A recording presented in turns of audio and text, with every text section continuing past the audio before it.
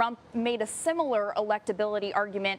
I asked him what separates you from Ron DeSantis. This is the room where history was made tonight. Donald Trump, when he comes here, when he talks to Iowans, he claims and he says, I've won before, you voted for me before, you know who I am. He has that mega celebrity status. Lawmakers are also trying to send their own message. There's a clear change in how evangelical voters feel about Donald Trump from 2016 to 2024. In the early hours of this morning, this area was chaotic. Biden's message tonight will create a clear contrast between his vision for America and the vision that's been presented by former President Donald Trump. Both House and Senate lawmakers passing a bill to send taxpayer money to some Iowans to pay for private school tuition. The loud reaction of Iowa Republicans in that crowd seems to indicate, at least anecdotally, that Iowans here are still cheering on Trump despite the legal issues that are hanging over him.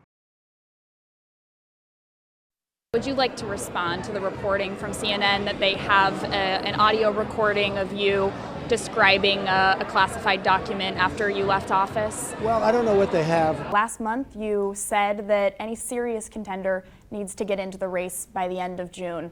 Have you made a decision, even if you're not ready to announce, have you made a decision on whether or not you'll run for president? I promise you that before the 4th of July is here, that you'll know what our intentions are here in Iowa and across the country. So it could be past the end of June.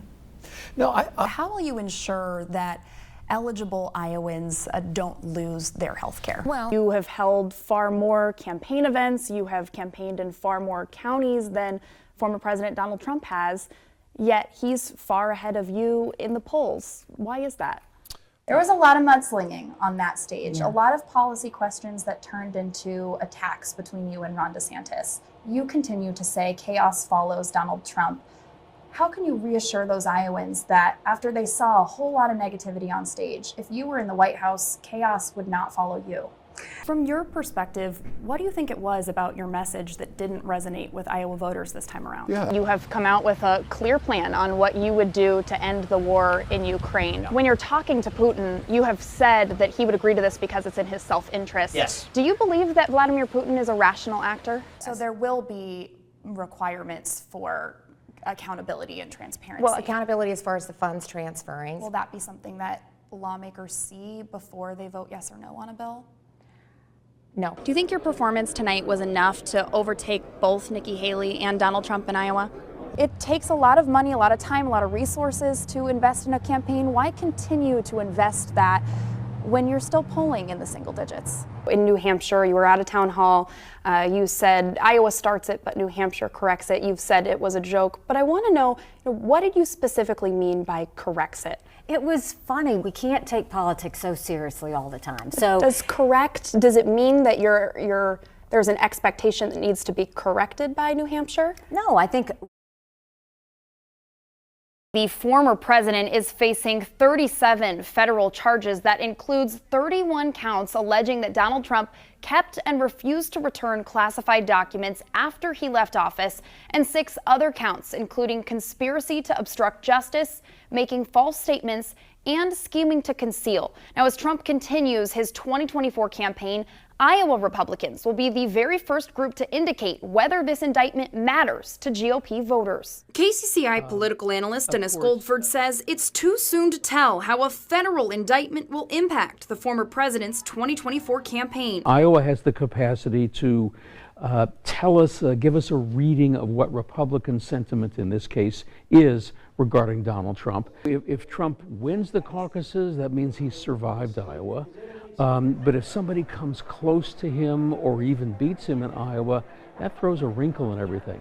Trump has already spent time and significant amounts of money campaigning in the Hawkeye state. In a one-on-one interview in Grimes earlier this month, Trump dismissed concern over his handling of classified documents. It's all fake news. This is just a continuation of the greatest witch hunt in history. Documents, it's all just a big fake deal. It's a scam. And every time I go up more and more in the polls. Despite facing multiple indictments, a CBS News poll released earlier this week shows Trump nearly 40 points ahead in the race for the GOP nomination. Goldford says Trump's denial of wrongdoing fires up support from Trump's strongest followers. That's that core base that is his leverage. That's why he's appealing so strongly to them at this point, which means emphasizing his claim that this is political persecution and completely unfair and unjust. But he also says the indictment could create uncertainty over Trump's ability to win in the general election. Some Republicans outside of that hardcore, white-hot base that supports Donald Trump to the end of time, they're probably a little concerned, to say the least, about the impact of all this on his possible chances if he were to be the presidential nominee. Before you can go pick up your prescription, PBMs are the ones who negotiate drug prices between the pharmacy and insurance companies. Now, pharmacists say the current process isn't working. So we went to Medicap Pharmacy in Beaverdale to find out why.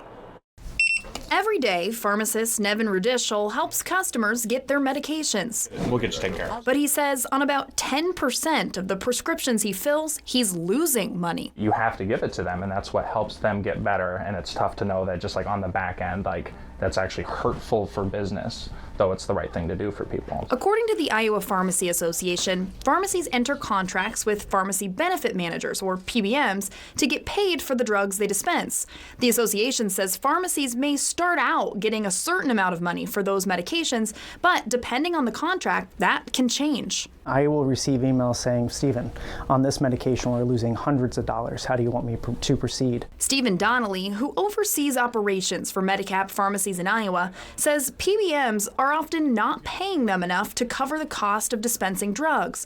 Pharmacies then have to decide if they'll stop offering certain drugs or lose money on it. We end up taking those losses, and that's tough, and I think we're seeing pharmacies really struggle to stay open with those losses. It's also not the only problem local pharmacies are facing. Every week I have a patient come in that talks about how they have to either pay more money for their copays to stay with me, or because of that extra cost and those financial pressures have to decide to go somewhere different. And just need a signature here for the script. Okay. Deb Chido's gone to the Medicap pharmacy in Beaverdale for years. It's down the street from her house. All of a sudden, because of my prescription plan, either I couldn't access it or the cost was out of control. Now she has to get her prescription somewhere else. It's not right.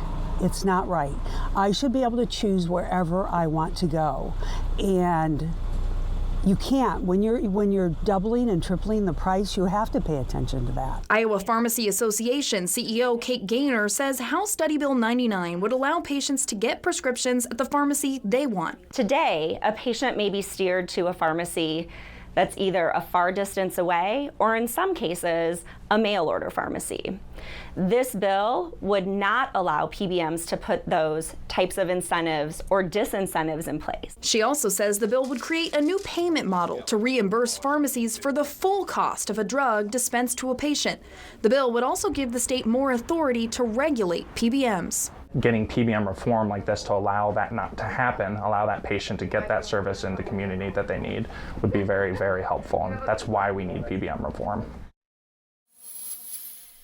Now, the bill passed unanimously through committee today, Republicans and Democrats voting for it. But there are more than 20 groups that are registered in opposition to the bill. And some say, well, they do want to help rural and independent pharmacies. They say the bill isn't targeted enough to help just that group.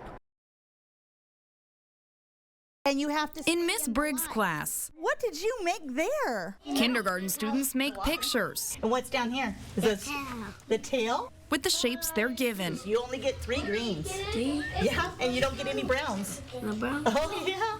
But when it comes to building blocks for learning, not all of her students started with the same amount. The kids that come in from preschool have a little bit better foundation of understanding how a classroom operates and what's expected. And then you have the kids that weren't able to and may have been at home their entire 5 years just with their moms and not had any exposure out. The state funds half-day preschool, but that doesn't work for everyone. If you have a working parent, half-day preschool doesn't work because you can't get off at lunchtime and go pick up your kid in a job. I mean, that's just reality. She says access to free full-day preschool would help close the learning gaps she sees in her classroom. Well, education is really the passport of the future, right? State Senator Isaiah Knox number one priority is preschool, right? Full-day preschool for people in my community. Sees the need. The Des Moines Democrat says state funding for full-day preschool would expand access for all kids and help working parents who can't afford childcare. And it'll be parental choice, right? Like kids, if you don't want your kid to go to preschool, full-day preschool, you don't have to. If they're still staying at home or only going a half day, whatever. But we want them to be able to have that opportunity. Barber Darrell Jones lives in Knox's district. But we just need more help with the youth. He's also focused on the next generation, but says they need support outside of school too. When I was growing up, I can go to the community center and have, it was free programs, there was free this, they took away and everything costs now. Jones has a new representative in the Iowa House. We're great to have Rob.